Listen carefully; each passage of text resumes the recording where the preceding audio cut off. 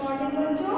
Class LKG, अभी exam का समय नजदीक है, इसीलिए हम जितना कुछ क्लास में पढ़ चुके हैं वीडियो बना के पेरेंट्स से लाइव पे उसका रिवीजन अब हो रहा है।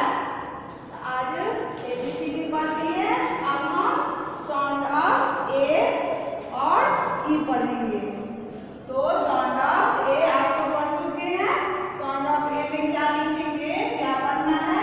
BAT bat, CAT cat, HAT hat, FAN fan, MAT mat,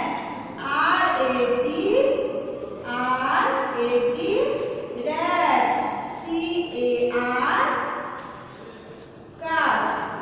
sound of A फिर से रिपीट करते हैं बच्चों। BAT bat, CAT cap, HAT hat, FAN fan, MAT mat, RAT rat, CAR car. फिर से रिपीट करते हैं। Sound of A BAT bat, CAT cap, HAT hat, FAN fan, MAT mat, RAT rat, CAR car.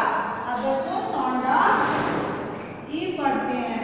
HEN hen, RED red, PEN pen, NET net, TEN ten, WET wet, BED bed. फिर से पढ़ते हैं इसको।